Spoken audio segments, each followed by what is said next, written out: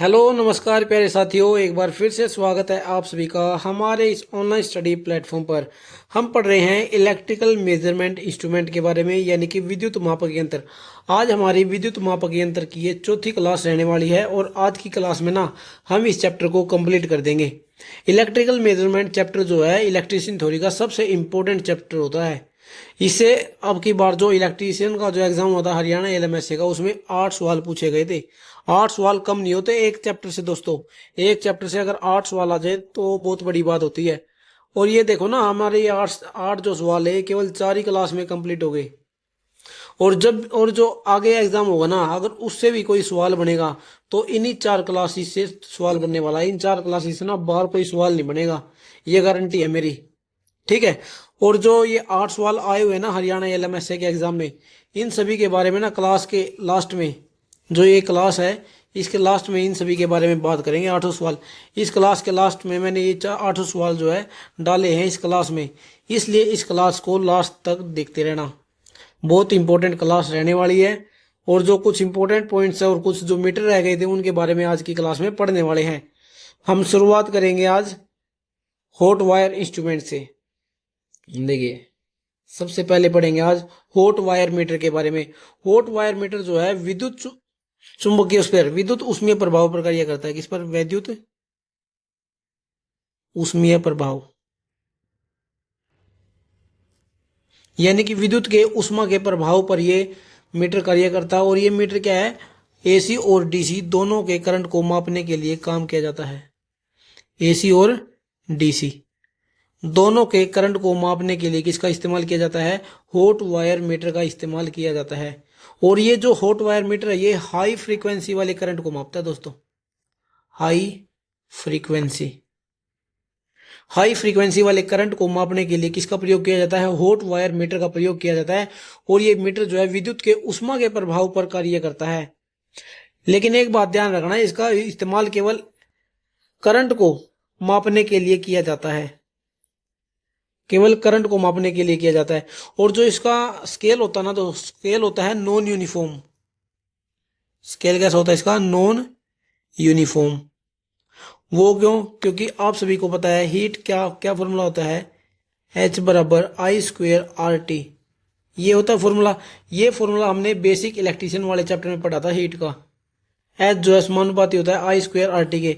तो यहां से क्या बना है? H समानुपाती I²। तो इसलिए जो इसका पैमाना है, जो स्केल है इसका, वो अनुपातिक नहीं होता है, यानी कि नॉन यूनिफॉर्म होता है। यूनिफॉर्म नहीं होता है इसका हॉट वायर मीटर का। ठीक है। और इस मीटर की यथार्थता यानी कि एक्यूरेसी भी कम होती है। एक्यूरेसी का क्या मतलब है? यानी कि जो इसका एक्चुअल मान है ना, उसके नजदीक नहीं पहुंच पाता है इसका जो दर्शाया गया मान होता है।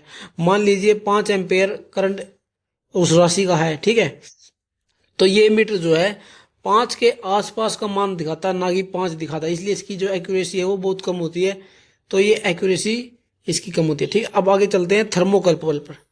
थर्मोकपल जो है वो सीबेक प्रभाव पर कार्य करता है। विद्युत के सीबेक प्रभाव पर कार्य करता है भाई। सीबेक सीबेक प्रभाव, देखिए सबसे पहले आपको सीबेक प्रभाव ही समझा देता हूं। सीबेक प्रभाव क्या होता है? इसमें 2 वायर के टुकड़े लेते हैं और दोनों जो हैं अलग अलग धातु के टुकड़े होने चाहिए।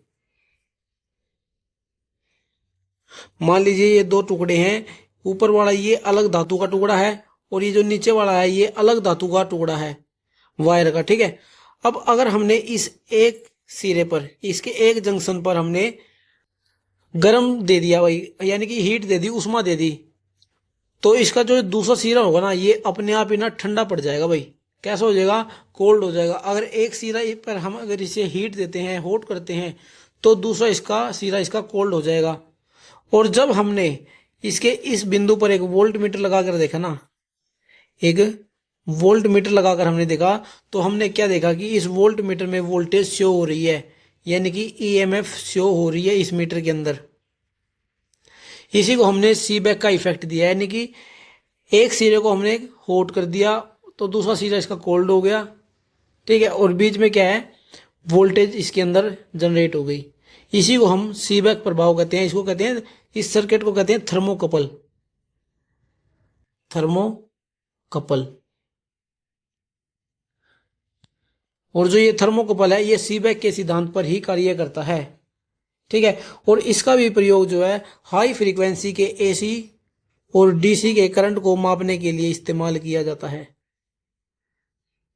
हाई फ्रीक्वेंसी के एसी और डीसी के करंट को मापने के लिए इसका इस्तेमाल किया जाता है, और इसका प्रयोग केवल एक एमीटर के रूप में किया जा सकता है, ना कि वोल्ट मीटर के। एमीटर के रूप में ही हम इसका इस्तेमाल कर सकते हैं, ना कि वोल्ट मीटर के रूप में। ठीक है, उम्मीद आप सभी को सीबेक इफेक्ट भी जो है समझ आ गया होगा। इसमें हमें दो अलग अलग धातुओं के तार के टुकड़े को लेने की आवश्यकता होती है, जिससे हम अगर एक सिरे को हॉट करते हैं तो दूसरा सिरा जो है कोल्ड हो जाता है और उसके बीच में एक वोल्टेज जनरेट हो जाती है। ठीक है दोस्तों, जिस तरीके से ये एक सीबेक इफेक्ट है ना, एक इसके अंदर होता है एक पोल्टियर इफेक्ट, उसके बारे में आपको समझाता हूं। देखिए,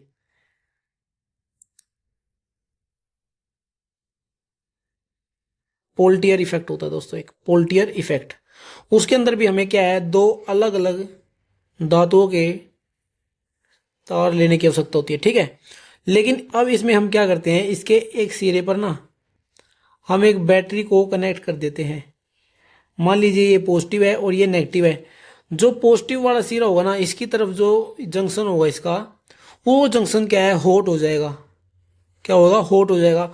और जो ये दूसरा सिरा ना, ये दूसरा सिरा क्या है, कोल्ड हो जाएगा। दूसरा जंक्शन इसका कोल्ड हो जाएगा। इसमें भी ध्यान रखना, हमें दो अलग अलग धातुओं के टुकड़े लेने की आवश्यकता पड़ेगी। ठीक है, और जो पॉजिटिव वाला साइन होगा वहां पर क्या है, हॉट हो जाएगा जंक्शन, और दूसरा जंक्शन कोल्ड हो जाएगा। लेकिन फिर दूसरे जब हमने प्रयोग किया तो उसमें क्या किया, इस जो पहले नेगेटिव का साइन था उस तरफ तो हमने पॉजिटिव का साइन कर दिया और इधर कर दिया नेगेटिव। तब क्या देखा गया, जहां पर ये कोल्ड सिरा है ना, वो अब हॉट हो गया, और जो ये हॉट था ये अब कोल्ड हो गया। यानी कि जहां पर पॉजिटिव का साइन होता है ना, वहां पर जो पहला जंक्शन आएगा वो हॉट हो जाएगा, और नेगेटिव वाले की तरफ जो जंक्शन होगा वो कैसा, कोल्ड जंक्शन कहलाएगा, हो जाएगा। ये होता है पोल्टियर इफेक्ट। सीबेक इफेक्ट और पोल्टियर इफेक्ट में कुछ समानताएं हैं, जैसे कि दो अलग अलग धातुओं के सिरे लेने की आवश्यकता होती है, तार लेने की आवश्यकता होती है। उम्मीद आप सभी को सीबेक इफेक्ट और पोल्टियर इफेक्ट दोनों समझ आ गए होंगे। ठीक है भाई, अब समझते हैं मल्टीमीटर को। मल्टीमीटर आप सभी ने काफी टेक्नीशियनों के पास देखा होगा। मल्टीमीटर एक ऐसा मीटर होता है जिसके द्वारा हम एम्पेयर को भी माप सकते हैं, वोल्टेज को भी माप सकते हैं और ओम को भी माप सकते हैं। इसलिए इस मीटर को जो है एवोमीटर भी कहा जाता है। एवोमीटर यानी कि एम्पेयर वोल्ट ओम मीटर। आपने काफी सारे टेक्नीशियनों के पास इसको देखा होगा, मल्टीमीटर को। इसके द्वारा हम एम्पेयर को माप सकते हैं, वोल्टेज को माप सकते हैं और रेजिस्टेंस को माप सकते हैं। और ये भी ना दो प्रकार का होता है, एक होता है एनालॉग, एक होता है डिजिटल। ठीक है,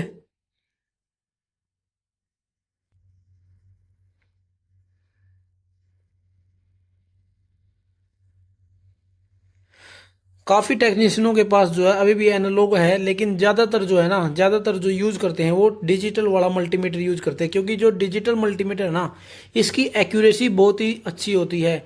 यानी कि जितना मान उस राशि का होता है ना, उतना ही मान इसके एलईडी की स्क्रीन पर दर्शा दिया जाता है। इसमें तो क्या है, इसमें एक स्केल बना होता है। इसमें डिजिटल वाले में एक स्क्रीन होती है, एलईडी स्क्रीन, उसके ऊपर जो है उस राशि का मान दर्शाया जाता है। मल्टीमीटर ये होता है। अब समझते हैं अर्थ टेस्टर को। अर्थ टेस्टर क्या है, अर्थ के प्रतिरोध को यानी कि जमीन के प्रतिरोध को मापने के लिए किसका इस्तेमाल करते हैं, अर्थ टेस्टर का इस्तेमाल करते हैं। और इसकी आवश्यकता कब पड़ती है, जब हम अर्थिंग करते हैं भाई। जब हम अर्थिंग करते हैं तब अर्थ टेस्टर का इस्तेमाल करते हैं अर्थ का प्रतिरोध जानने के लिए। और याद रखना, अर्थ का प्रतिरोध बहुत ही कम होना चाहिए। जब भी हम अर्थिंग करते हैं तो अर्थ का प्रतिरोध 1 से कम रखा जाता है, 1 से कम ऐसा होना चाहिए। ऐसी हमें अर्थिंग करनी चाहिए जिसका प्रतिरोध बहुत ही कम हो। ठीक है भाई, ताकि जब फॉल्ट आए तो वो फॉल्ट सारा अर्थ में उतर जाए, यानी कि जमीन में उतर जाए करंट। ठीक है, एक होता है टैकोमीटर। टैकोमीटर हमने मोटर वाले चैप्टर में पढ़ा था। टैकोमीटर क्या है, मोटर और जनरेटर की गति को मापने के लिए। किसके अंदर, आरपीएम के अंदर। मोटर की और जनरेटर की जो रोटर है उसके घूमने की जो गति होती है उसको जानने के लिए हम टैकोमीटर का इस्तेमाल करते हैं। और ये जो टैकोमीटर है हमें आरपीएम में उसका मान दर्शाता है, गति का। ठीक है, टैकोमीटर आपको समझ आ गया होगा, चक्कर प्रति मिनट। अब समझते हैं टोंग टेस्टर को। टोंग टेस्टर भी आपने काफ़ी टेक्नीशियनों के पास देखा होगा। ये टोंग टेस्टर ऐसा ऐसा दिखता है। इसके द्वारा भी हम एम्पेयर को माप सकते हैं, वोल्टेज को भी माप सकते हैं और रेजिस्टेंस को भी माप सकते हैं, लेकिन पावर को नहीं माप सकते। सेंटर के एग्जाम में ना ये सवाल पूछा गया है कि जो टोंग टेस्टर होता है, टोंग टेस्टर का अन्य नाम होता है clamp meter. Clamp meter exam में क्या पूछा गया था कि जो क्लैंप मीटर होता है, क्लैंप मीटर के द्वारा हम कौन सी राशि को नहीं माप सकते। ऑप्शन में दिया गया था एम्पेयर, वोल्टेज, ओम और पावर, और वहां पर करेक्ट ऑप्शन माना गया है पावर। जो क्लैंप मीटर है, क्लैंप मीटर के द्वारा हम पावर को नहीं माप सकते, इसलिए एग्जाम में पूछा गया सवाल है भाई ये, ठीक है, टोंग टेस्टर का। और ये टोंग टेस्टर ना एक ऐसा मीटर होता है जिसमें ना हमें, मान लीजिए हम अगर हमें एम्पेयर को मापना है यानी कि करंट को मापना है, तो हमें इसके कोई दो, इसमें आपको कहीं तार नहीं दिखेगी, देखिए वैसे वैसे हम इसकी तार को यहाँ पर कनेक्ट कर सकते हैं, यहाँ पर दिए दिए गए हैं तारों को कनेक्ट करने के लिए भी। लेकिन क्या है, हमें अगर एम्पेयर को, करंट को मापना है ना, तो सर्किट में हमें तार को छीलने की आवश्यकता नहीं होती। यहाँ पर जो ये बटन दिया गया है कि दबाने वाला स्विच सा होता है, इसको दबा देते हैं तो इसका जो मुंह है, ये मुंह इसका खुल जाता है। तो हम इसके अंदर क्या है, एक तार को डाल देते हैं, इसमें तार पर इसको लटका देते हैं। टोंग टेस्टर को तार के ऊपर अगर हम इसे लटका देंगे तो ये उसमें करंट का मान हमें बता देगा। और ये किसके सिद्धांत पर कार्य करता है, ये करता है म्यूचुअल इंडक्टेंस के, म्यूचुअल इंडक्टेंस के सिद्धांत पर कार्य करता है भाई ये क्लैंप मीटर जो होता है। क्या कहा मैंने, इसमें जो है अगर हमें एम्पेयर को मापना है, करंट को मापना है, तो तार को छीलने की आवश्यकता नहीं होती, ठीक है। इसमें जो ये बटन होता है इसको दबा देते हैं, इसका मुंह खुल जाता है और इस मुंह के अंदर जो है तार को डाल देते हैं, यानी कि इस मीटर को तार पर ऐसे लटका देंगे तो क्या है, तार के अंदर गुजरने वाले करंट को म्यूचुअल इंडक्टेंस के सिद्धांत के अनुसार ये हमें बता देता है। और ये क्या है, सीटी और एम मीटर का एक संयोजित रूप होता है। सीटी यानी कि करंट ट्रांसफार्मर और एम्पेयर मीटर का एक संयोजित रूप होता है, क्योंकि करंट ट्रांसफार्मर का भी हमें पता है वो भी म्यूचुअल इंडक्टेंस के सिद्धांत पर कार्य करता है, और एम्पेयर मीटर का हमें पता है जो एम्पेयर को मापने के लिए इस्तेमाल किया जाता है। इसलिए अब हम समझते हैं आगे इंस्ट्रूमेंट ट्रांसफार्मर के बारे में। हमें इस चैप्टर में इंस्ट्रूमेंट ट्रांसफार्मर समझने की क्यों आवश्यकता पड़ी, क्योंकि जो करंट ट्रांसफार्मर होता है और जो पोटेंशियल ट्रांसफार्मर होता है, ये एक प्रकार के मीटर होते हैं, यानी कि इनके द्वारा हम करंट और वोल्टेज को माप सकते हैं। यानी कि हाई वोल्टेज और हाई करंट को मापने के लिए किसका इस्तेमाल किया जाता है, करंट ट्रांसफार्मर का और पोटेंशियल ट्रांसफार्मर का। पोटेंशियल ट्रांसफार्मर को हम वोल्टेज ट्रांसफार्मर भी बोल सकते हैं, ठीक है भाई। और जो करंट ट्रांसफार्मर होता है ये स्टेप अप प्रकार का ट्रांसफार्मर होता है। कैसा, स्टेप अप, यानी कि इसके अंदर हमें करंट को कम करने की आवश्यकता पड़ती है। और करंट को हम कैसे कर सकते हैं, वोल्टेज को बढ़ाकर। और जो पोटेंशियल ट्रांसफार्मर होता है ये होता है स्टेप डाउन प्रकार का ट्रांसफार्मर, क्योंकि इसके द्वारा हाई वोल्टेज को मापा जाता है। और हाई वोल्टेज को कैसे माप सकते हैं, उस वोल्टेज के मान को कम करना पड़ेगा। और स्टेप डाउन उसी को कहते हैं, जब हम वोल्टेज को कम करते हैं उसी को हम स्टेप डाउन ट्रांसफार्मर कहते हैं, ठीक है। इसमें क्या है, करंट ट्रांसफार्मर की कभी भी सेकेंडरी को ना ओपन नहीं करना चाहिए। सेकेंडरी वाइंडिंग जो होती है उसको कभी भी ओपन नहीं छोड़ना चाहिए हमें, ठीक है। और जो इसके अंदर करंट ट्रांसफार्मर के अंदर जो मीटर हम लगाते हैं वो सेकेंडरी वाइंडिंग के साथ कनेक्ट करते हैं। ऐसे ही जो वोल्टेज ट्रांसफार्मर में जो हम वोल्ट मीटर इस्तेमाल करते हैं वो वोल्ट मीटर सेकेंडरी वाइंडिंग के साथ कनेक्ट किया जाता है। और जो करंट ट्रांसफार्मर होता है वो सर्किट में सीरीज में लगाया जाता है। ये बात मैंने आपको पहले ही बताई थी कि जो एम मीटर है वो सीरीज में लगाया जाता है, और करंट ट्रांसफार्मर एक प्रकार का एम मीटर ही होता है, क्योंकि उसके द्वारा भी हम करंट को ही मापते हैं। और पोटेंशियल ट्रांसफार्मर हम किस तरीके से जोड़ते हैं, सर्किट में पैरेलल में, सर्किट में क्या है, पैरेलल में कनेक्ट करते हैं। अब आगे समझते हैं क्लासिफिकेशन ऑफ रेजिस्टेंस। यानी कि रेजिस्टेंस को ना तीन भागों में बांटा गया है। एक होता है निम्न प्रतिरोध, एक होता है मध्यम प्रतिरोध, एक होता है उच्च प्रतिरोध। मध्यम प्रतिरोध, ये सबसे पहले समझते हैं लो रेजिस्टेंस को। लो रेजिस्टेंस कौन सा रेजिस्टेंस होता है, जिसका मान 1 ओम से कम होता है भाई। जिस प्रतिरोध का मान 1 ओम से कम होगा ना वो लो रेजिस्टेंस की कैटेगरी में होते हैं। और जो लो रेजिस्टेंस होता है ना वो कहाँ पर रखा जाता है? लो रेजिस्टेंस रखा जाता है भाई वाइंडिंग के अंदर।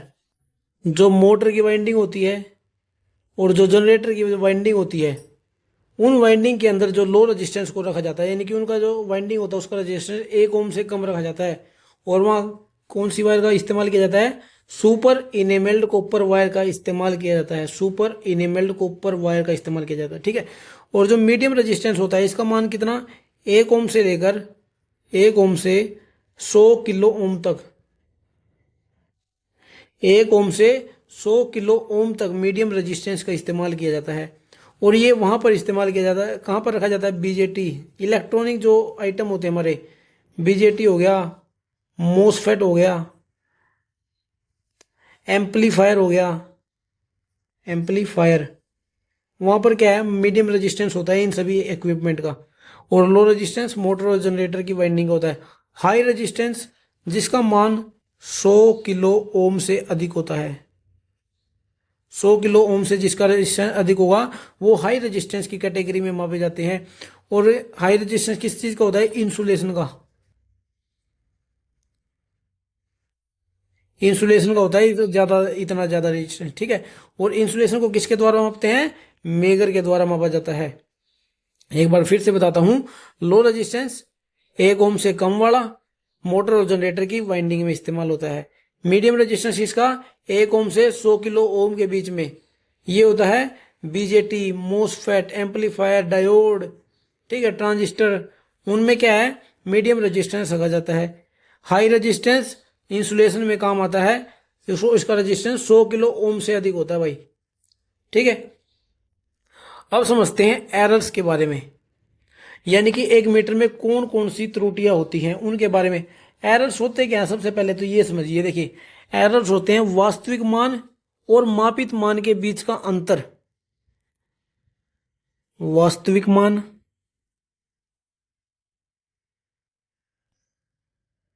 और मापित मान के बीच का अंतर, वास्तविक मान और मापित मान के बीच के अंतर को कहते हैं हम एरर्स। यानी कि एक राशि है उसका वास्तविक मान कुछ और है और उसका मापा गया मान कुछ और है, तो यानी कि उसके बीच के अंतर को ही तो हम एरर कहेंगे। यानी कि मान लीजिए एम्पेयर, 5 एम्पेयर करंट है एक राशि का, यानी एक तार के अंदर से गुजरने वाला करंट कितना है? 5 एम्पेयर, लेकिन हमने उसका मापा है 4 एम्पेयर। चाहे वो किसी भी तरीके से गलती रही हो, लेकिन गलती तो हुई है। अब वो हम ना आगे समझेंगे कि कौन सी गलती हम कैसे होती है वो, ठीक है। मान लीजिए 5 एम्पेयर है उसकी एक्चुअल मान और मापा गया मान कितना है? 4 एम्पेयर। यानी कि जो 1 एम्पेयर है ना वो एरर हो गया, वो गलती हो गई हमसे, चाहे वो मीटर से हुई है चाहे वो हमसे हुई है, लेकिन एरर हो गया, त्रुटि हो गई उसके अंदर 1 एम्पेयर की। तो इस 1 एम्पेयर को ही हम एरर कहते हैं, यानी कि एक्चुअल मान और मापित मान के बीच के अंतर को एरर कहते हैं। वास्तविक मान माइनस मापित मान, ठीक है भाई। इसको लिखेंगे कैसे? देखिए एरर ए टी, यानी कि एक्चुअल मान माइनस ए एम, ठीक है, बटा में ए टी। ये क्या बन गया? ये बन गया रिलेटिव एरर। क्या बन गया? रिलेटिव एरर बन गया, A T minus A M बटा में ए टी। और अगर हम इसे परसेंटेज में हमें इसे निकालना है तो इसको साथ गुणा 100 लगा देंगे, ठीक है। ये हमारी जो एरर्स है वो परसेंटेज में निकल कर आ जाती है। अब जो एरर होते हैं ना वो 3 प्रकार के होते हैं। एक होते हैं ग्रोस एरर, एक होता है सिस्टमैटिक एरर और एक होते हैं रैंडम एरर्स। ग्रोस एरर समझते हैं सबसे पहले। ग्रोस एरर कौन से होते हैं? जो ग्रोस एरर होते हैं ये मानवीय भूल के कारण होते हैं भाई। किसके कारण? मानवीय भूल के कारण, यानी कि व्यक्ति के कारण हुई होती है। कैसे? मान लीजिए जो यंत्र है वो सही हुए, उसको सही तरीके से कनेक्ट ना करना, सही तरीके से कनेक्ट ना करना, रीडिंग करते हुए गलती कर देना, ये सभी जो है ग्रोस एरर की उसमें की तरफ आते हैं, ग्रोस एरर की उसमें आते हैं, ठीक है। मानवीय भूल के कारण ये एरर्स होते हैं।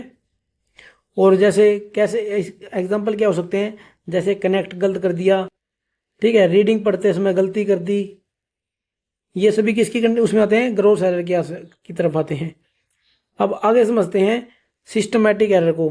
सिस्टमैटिक एरर 3 प्रकार के एरर होते हैं। एक होते हैं इंस्ट्रूमेंटल एरर, एक ऑब्जर्वेशन एरर और एक नेचुरल एरर। इंस्ट्रूमेंटल एरर वो होते हैं जो कि इंस्ट्रूमेंट यानी कि मीटर की गलती के कारण हुई है, यानी कि मीटर में कोई कमी है उसके कारण जो एरर हो गई। मान लीजिए एक्चुअल एरर, एक्चुअल जो वैल्यू है उसकी 5 एम्पेयर है करंट की, लेकिन मीटर में कितना है 4.5 एम्पेयर शो हो गया। किसके कारण हुआ? वो मीटर की गलती के कारण हुआ है। तो ऐसे एरर को हम सिस्टमैटिक एरर की कंडीशन में मानते हैं और वो आते हैं इंस्ट्रूमेंटल एरर। और एक होते हैं ऑब्जर्वेशन एरर, ये होते हैं व्यक्ति की भूल के कारण। ऑब्जर्वेशन जो एरर जो होते हैं वो व्यक्तियों की भूल के कारण होती है कि जो मीटर की जो रीडिंग है वो गलत तरीके से पढ़ ली है। डिजिटल मीटर के अंदर तो ये एरर बहुत ही कम होते हैं, क्योंकि जो उसमें तो एलसीडी के ऊपर, एलईडी के ऊपर दर्शाया गया जो मान होता है। लेकिन जो ऑब्जर्वेशन एरर है ये स्केल वाले जो मीटर होते हैं उनके अंदर ज़्यादा होते हैं। क्यों? अब देखिए उसमें होता है ऐसे ऐसे होता है एक स्केल,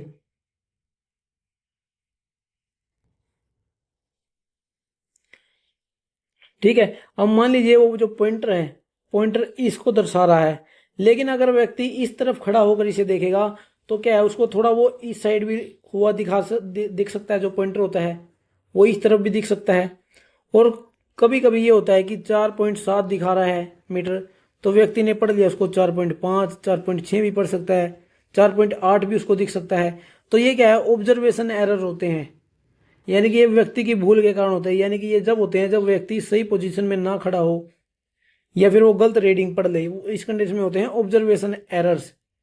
एक होते हैं नेचुरल एरर, ये क्या है, ये वातावरण में परिवर्तन के कारण होते हैं। नेचुरल एरर किसके कारण होते हैं? ये होते हैं वातावरण में परिवर्तन के कारण। मान लीजिए वायु दाब गलत तरीके की है, या फिर जो वातावरण में परिवर्तन हो गया, ठीक है, वायु दाब जो है उसमें परिवर्तन हो गया, वायु दाब। तो इस तरीके के जो एरर्स होते हैं वो होते हैं नेचुरल एरर। एक होते हैं रैंडम एरर्स। रैंडम एरर्स वो एरर्स होते हैं जो अचानक आ जाते हैं, जो एरर अचानक हो जाते हैं, जिनका कोई पता नहीं लगता कि ये एरर किस वजह से आया है, उसको हम मानते हैं रैंडम एरर्स। ठीक है भाई, समझ आ गया होगा। जो एरर अचानक होते हैं उनको हम रैंडम एरर की लिस्ट में डालते हैं, ठीक है। अब आगे समझते हैं ट्रांसड्यूसर क्या होते हैं।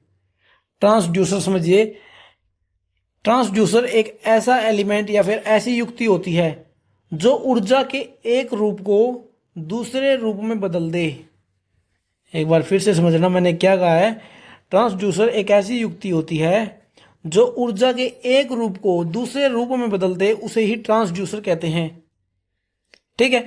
और ये ना 3 प्रकार के होते हैं, एक जैसे ट्रांसड्यूसर तथा एक होता है प्रतिलोम transducer, active transducer, passive transducer, प्राथमिक ट्रांसड्यूसर और द्वितीयक ट्रांसड्यूसर, ठीक है। अब सबसे पहले समझते हैं ट्रांसड्यूसर क्या होता है। देखिए, ट्रांसड्यूसर एक ऐसा युक्ति जो अविद्युतीय ऊर्जा को विद्युतीय ऊर्जा में बदल दे, जो अविद्युतीय ऊर्जा को विद्युत ऊर्जा में बदल दे।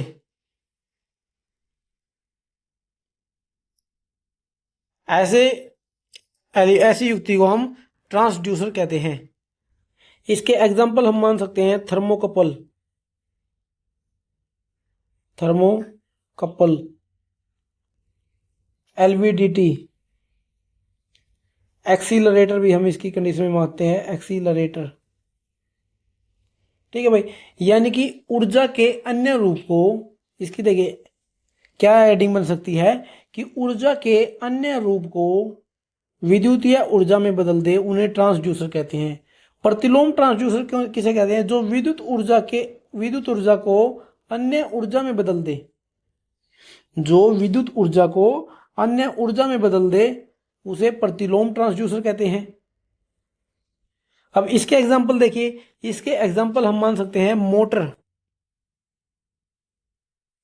मोटर हम कह सकते हैं भाई, लाउड स्पीकर,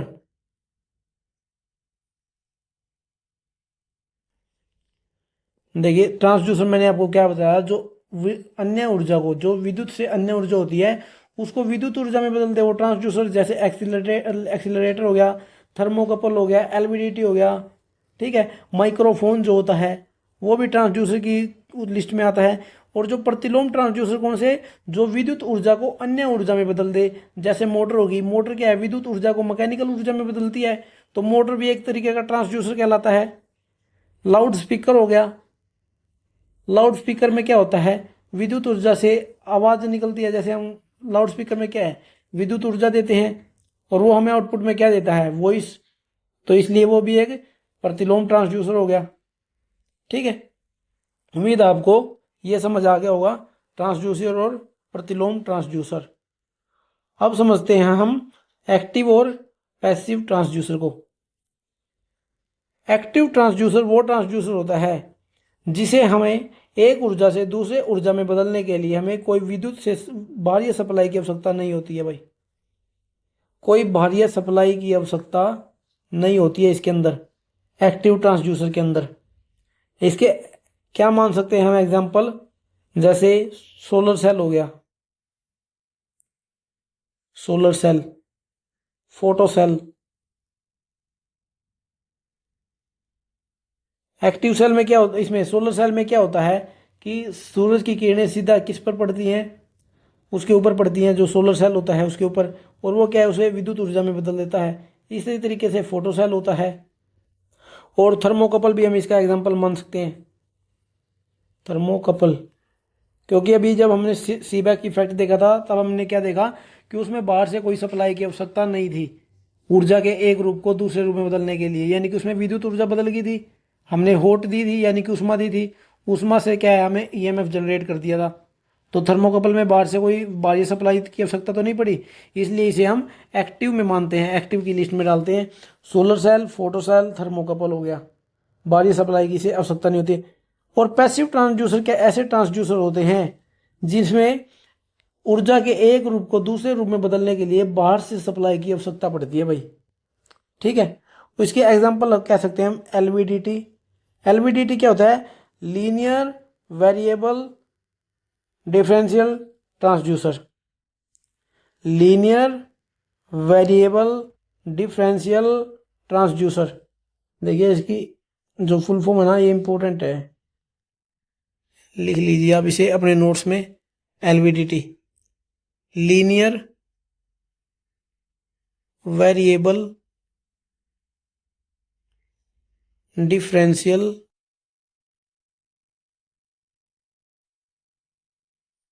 ट्रांसड्यूसर, या फिर हम टीसीएम ट्रांसफार्मर भी इसे कह सकते हैं, ट्रांसड्यूसर बोल सकते हैं और ट्रांसफार्मर भी हम इसे बोल सकते हैं, ठीक है भाई। एलवीडीटी इसका एग्जांपल है, पोटेंशियोमीटर भी,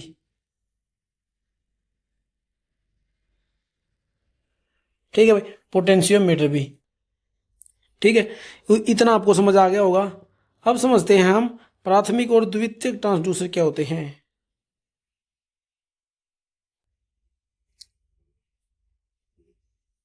देखो भाई, ट्रांसड्यूसर तो एक ही होते हैं, लेकिन उन्हें क्या है अलग अलग तरीके से विभाजित किया गया है, ये है इसमें इसका ये मतलब है।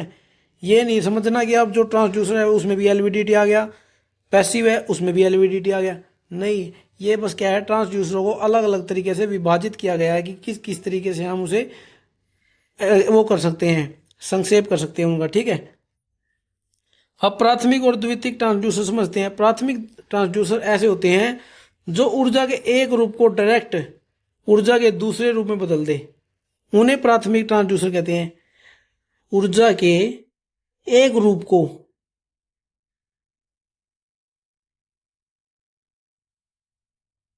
डायरेक्ट दूसरे रूप में बदल दे,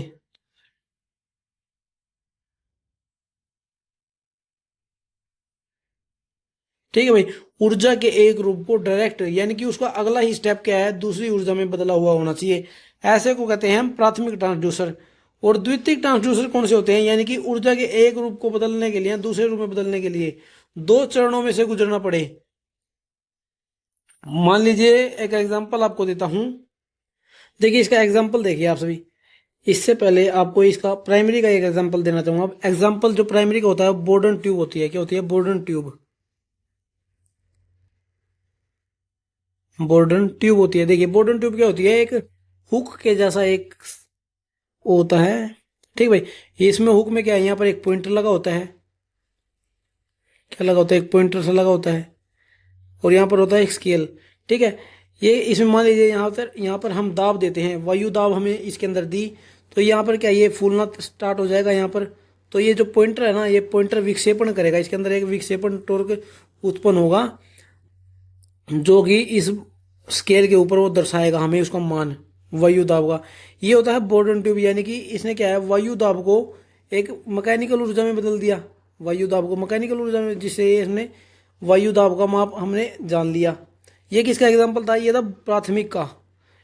यानी कि प्राथमिक में हमने क्या समझा था? ऊर्जा के एक रूप को डायरेक्ट दूसरे रूप में बदल दिया इसने, यानी कि वायु दाब को सीधा मैकेनिकल ऊर्जा में बदल दिया, जिससे हमें इसके वायु के दाब का पता चल गया। अब सेकेंडरी का क्या मतलब होता है यहाँ पर? किसका? द्वितीयक ट्रांसड्यूसर का यहाँ पर यह मतलब है कि इस मैकेनिकल ऊर्जा को अब हमें इलेक्ट्रिकल ऊर्जा में बदलना है, तो यहाँ पर जो है हमें दूसरा ट्रांसड्यूसर लगाना पड़ेगा। यानी कि पहला एक ट्रांसड्यूसर लगा दिया, फिर हमने दूसरा ट्रांसड्यूसर लगा दिया। सेकेंडरी ऐसा ही काम करता है, यानी कि पहले हमने यहाँ पर वायु दाब दी, ये मैकेनिकल ऊर्जा में बदला, फिर इसको इलेक्ट्रिकल ऊर्जा में बदलने के लिए हमें यहाँ पर दूसरा ट्रांसड्यूसर लगाना पड़ेगा। ये लगाते हैं हम एलवीडीटी। पहले हमने बोर्डन ट्यूब, वायु दाब को पहले बोर्डन ट्यूब में, फिर हमने एलवीडीटी के द्वारा इसे इलेक्ट्रिकल ऊर्जा में बदल दिया। ठीक है, ये होते हैं द्वितीयक ट्रांसड्यूसर। यानी कि प्राथमिक का हमने एग्जांपल देख लिया बोर्डन ट्यूब, द्वितीयक का हमने एग्जांपल देख लिया एलवीडीटी। उम्मीद है आप सभी को ट्रांसड्यूसर समझ आ गए होंगे। ठीक है भाई, अब आगे समझते हैं बहुत ही ज्यादा इंपॉर्टेंट पॉइंट। बहुत ही ज्यादा इंपॉर्टेंट पॉइंट है दोस्तों ये। एसी ब्रिज, कुछ ब्रिज है उनका मापन जो है, उनके द्वारा हम स्व प्रेरण का यानी कि इंडक्टेंस का मापन कर सकते हैं, कैपेसिटेंस का और फ्रीक्वेंसी का माप कर सकते हैं। देखिए सबसे पहले अगर हमें स्व प्रेरण का मापन करना है यानी कि इंडक्टेंस का मापन करना है, तो हम कौन कौन से ब्रिज के द्वारा उसका माप कर सकते हैं? मैक्सवेल ब्रिज के द्वारा, मैक्सवेल इंडक्टेंस कैपेसिटेंस ब्रिज के द्वारा, हे ब्रिज के द्वारा, ओवन ब्रिज के द्वारा और एंडरसन ब्रिज के द्वारा। इन सभी को ना चाहे तो आप रट्टा लगा लो, चाहे किसी भी तरीके से याद कर लो भाई, लेकिन इन सभी को ना आपको याद करना ही पड़ेगा। बहुत ही ज़्यादा इंपॉर्टेंट है। एक सवाल ये मान लीजिए पक्का आया पड़ा है इस पॉइंट से। ठीक है भाई, इस टॉपिक से ना एक सवाल तो आया पड़ा है, ये देख लीजिए आप। अभी जो हरियाणा LMSA का भी एग्जाम हुआ था ना, उसमें भी यहाँ से सवाल पूछा गया। अभी आगे बताऊंगा कौन सा सवाल था वो। स्व प्रेरण का जो मापन है किसके द्वारा कर सकते हैं? मैक्सवेल ब्रिज के द्वारा, मैक्सवेल इंडक्टेंस कैपेसिटेंस ब्रिज के द्वारा, हे ब्रिज के द्वारा, ओवन ब्रिज के द्वारा और एंडरसन ब्रिज के द्वारा। अपने नोट्स में लिख लीजिए ये पांचों नाम। ठीक है, अगर हमें संधारित्र का मापन करना है, कैपेसिटेंस का मापन करना है, दो ब्रिज है, डी सोटी ब्रिज और शेयरिंग ब्रिज। और शेयरिंग ब्रिज तो सेंटर के एग्जाम का फेवरेट क्वेश्चन है भाई। क्या पता कितनी बार इसरो के एग्जाम में भी, DRDO के एग्जाम में भी और BARC के एग्जाम में भी ये सवाल आया गया है। और जो UPRVUNL है उसके अंदर भी ये एग्जाम आया हुआ है, ये सवाल आया हुआ है। RUVNL जो राजस्थान वाला एग्जाम है उसके अंदर भी ये सवाल आया हुआ है कि जो संधारित्र का जो मापन है वो किसके द्वारा हम कर सकते हैं? शेयरिंग ब्रिज के द्वारा और डी सोटी ब्रिज के द्वारा। ठीक है, ये बहुत ही इंपॉर्टेंट टॉपिक है ये AC ब्रिज वाला, तभी मैंने यहाँ पर इंपॉर्टेंट लिखा है। अगर हमें आवृत्ति का मापन करना है, अगर हमें आवृत्ति का मापन करना है तो किसका हेल्प करेंगे? किसकी हेल्प से करेंगे? विन ब्रिज के। और ये वो सवाल है जो HSSC ALM SA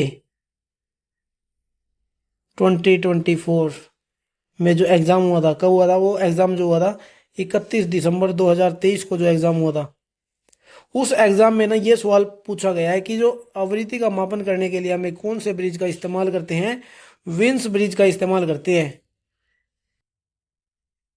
संधारित्र का मापन, आवृत्ति का मापन, ये तीनों पॉइंट बहुत ही ज्यादा इंपॉर्टेंट है भाई। अब मैं बताता हूं आपको, जो एग्जाम में 8 सवाल आए हुए हैं हरियाणा LMS 2024 वाले में, वो देख लेते हैं।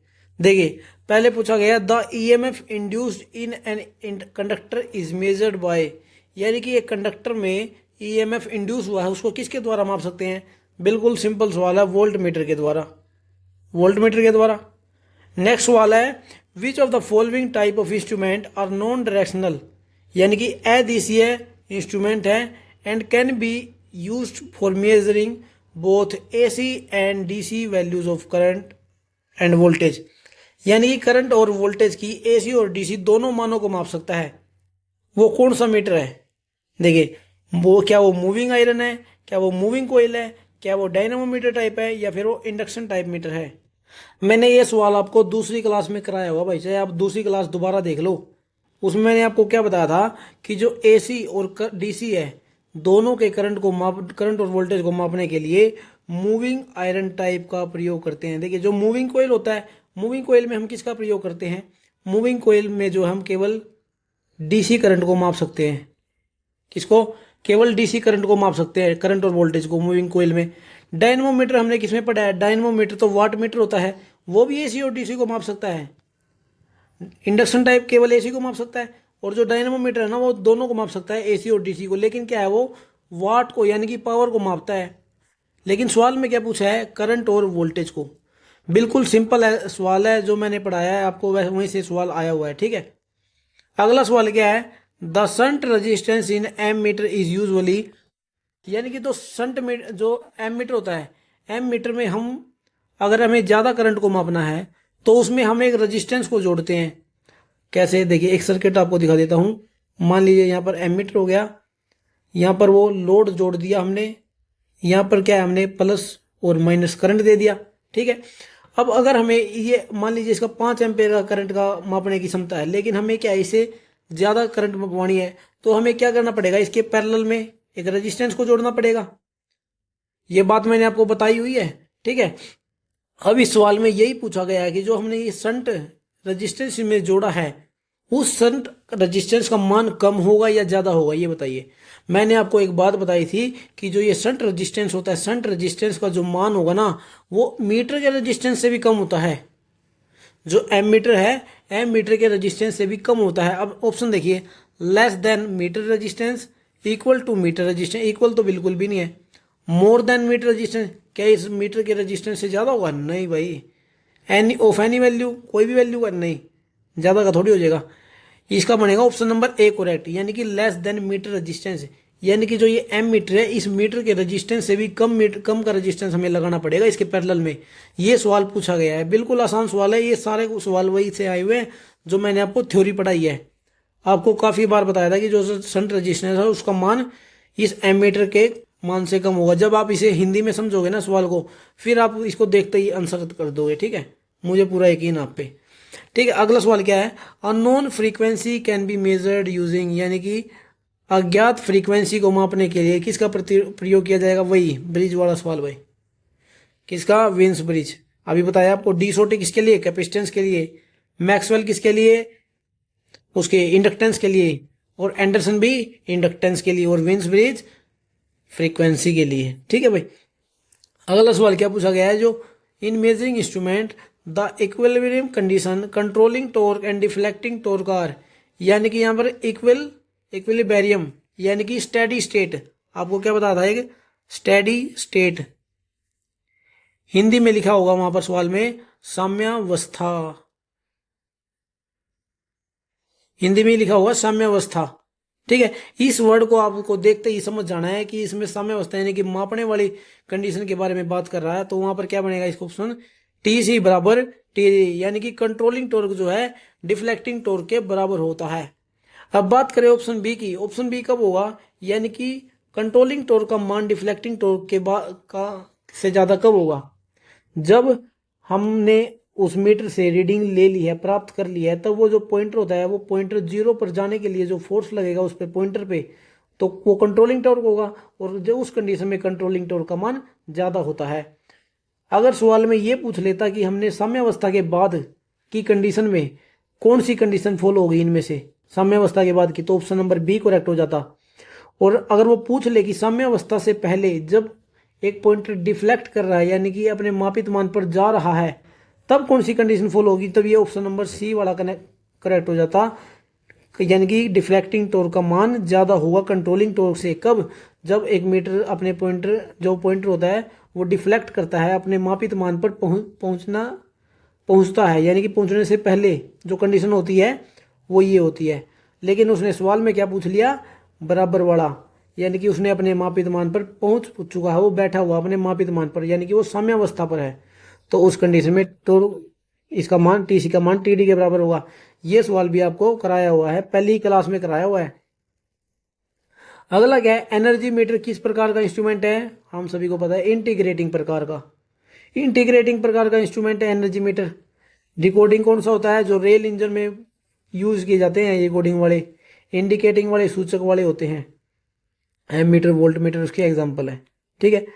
अगला सवाल क्या पूछा गया है? प्रतिरोध का मान किसके द्वारा मापा जाएगा?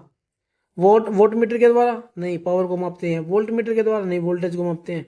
करंट मीटर के द्वारा? करंट को मापते हैं। ओम मीटर के द्वारा मापते हैं भाई प्रतिरोध को, रेजिस्टेंस को। किसके द्वारा? ओम मीटर के द्वारा। In a dynamometer wattmeter the fixed coil is. देखिए डायनामोमीटर वाट मीटर की बात आ गई यहाँ पर। उसके अंदर दो कोयल बताई थी आपको। एक तो मैंने बताई थी प्रेशर कोयल। कौन सी? प्रेशर कोयल। एक होती थी करंट कोयल बताई थी। कौन सी? करंट कोयल। करंट कोयल तो जो है वो स्थिर कोयल होती है, ये बात आपको बताई थी, ध्यान रखना आप। जो क्लास है उसमें देखना। क्या करंट कोयल इसका आंसर होगा? नहीं, करंट कोयल जो है सर उसके लोड के सीरीज में कनेक्ट की जाती है, सप्लाई के सीरीज में कनेक्ट की जाती है करंट कोयल, और ये स्थिर कोयल होती है। ठीक है। एक होती है प्रेशर कोयल, उसके अंदर यानी कि दाब कुंडली, उसको हम पोटेंशियल कोयल भी कहते हैं। क्या कहते हैं? पोटेंशियल कोयल भी कहते हैं। और उसको हम वोल्टेज कोयल भी कह सकते हैं। किसको? पोटेंशियल कोयल भी कह सकते हैं और वोल्टेज कोयल भी कह सकते हैं, क्योंकि ये दाब कुंडली है, ये दोनों ये जो है पैरेलल में कनेक्ट की जाती है। एक रेजिस्टेंस कोयल तो उसके अंदर कोई कोयल होती नहीं है, रेजिस्टेंस कोयल तो। ठीक है, इसलिए ऑप्शन नंबर डी तो कट गया। अब जो करंट कोयल होती है ना भाई, ये स्थिर कोयल होती है, एक फिक्स्ड कोयल होती है एक वाट मीटर के अंदर। फिक्स्ड कोयल कौन सी होती है? करंट कोयल होती है। पोटेंशियल कोयल और जो वोल्टेज कोयल या फिर हम प्रेशर कोयल जो होती है वो स्थिर कोयल नहीं होती है। ठीक है, इसलिए इसका ऑप्शन नंबर ए करेक्ट हो जाएगा। ये 8 सवाल ऐसे हैं भाई जो हरियाणा एएलएमएस से 2024 वाले एग्जाम में आए हुए हैं। हमारा यहाँ पर ना इलेक्ट्रिकल मेजरमेंट वाला चैप्टर कंप्लीट हो गया है, विद्युत मापी यंत्र वाला। और आठों के आठों सवाल जो है हमने ये थ्योरी पढ़ी है ना, इसी के अंदर से आए हुए हैं। अगर मैं ये वाला ये जो क्वेश्चन पेपर है वो ना भी देखता ना, फिर भी मेरे को यही सेम टू सेम थ्योरी करानी थी। ठीक है। और मुझे पक्का यकीन है जो अभी एग्जाम में होगा ना हरियाणा एलएमएससी का, उसके अंदर भी हमारी इन्हीं 4 क्लासेस से सवाल बनने वाले हैं। ठीक है, इसलिए चारों क्लासों को अच्छे तरीके से चाहे दोबारा देख लेना अगर कुछ समझ नहीं आया हो तो, और अपने नोट्स बनाते रहना साथ के साथ। अगर आपको सिलेक्शन लेना है ना भाई हरियाणा के अंदर, तो जो मैं थ्योरी पढ़ा रहा हूँ ना, इन थ्योरी की सभी के नोट्स बनाते रहिए साथ के साथ। आपको नौकरी दिलाने की गारंटी मेरी है। जो भी मैं पढ़ा रहा हूँ ना, बस इसको पढ़ते रहो। और इसके बाद जो हम एमसीक्यू करेंगे ना अपनी थ्योरी कंप्लीट होने के बाद, उनको भी आप अच्छे तरीके से देखते रहना। आपकी सिलेक्शन की गारंटी मैं लेता हूँ। बिल्कुल सही नौकरी होती है हरियाणा एलएमएससी की। ठीक है, और इसको पाने के लिए बहुत ज़्यादा मेहनत भी नहीं करनी है, ये देखो आपको तो, क्योंकि आपके पास है एक आईटीआई या फिर पॉलिटेक्निकल जो डिग्री आपके पास है, जो डिप्लोमा है चाहे आईटीआई है। ठीक है, उसका कुछ फ़ायदा उठाओ। जो आपके पास है आईटीआई है चाहे पॉलिटेक्निक है चाहे बीटेक है, उसका फ़ायदा उठाओ। ठीक है भाई, आज की क्लास में इतना ही।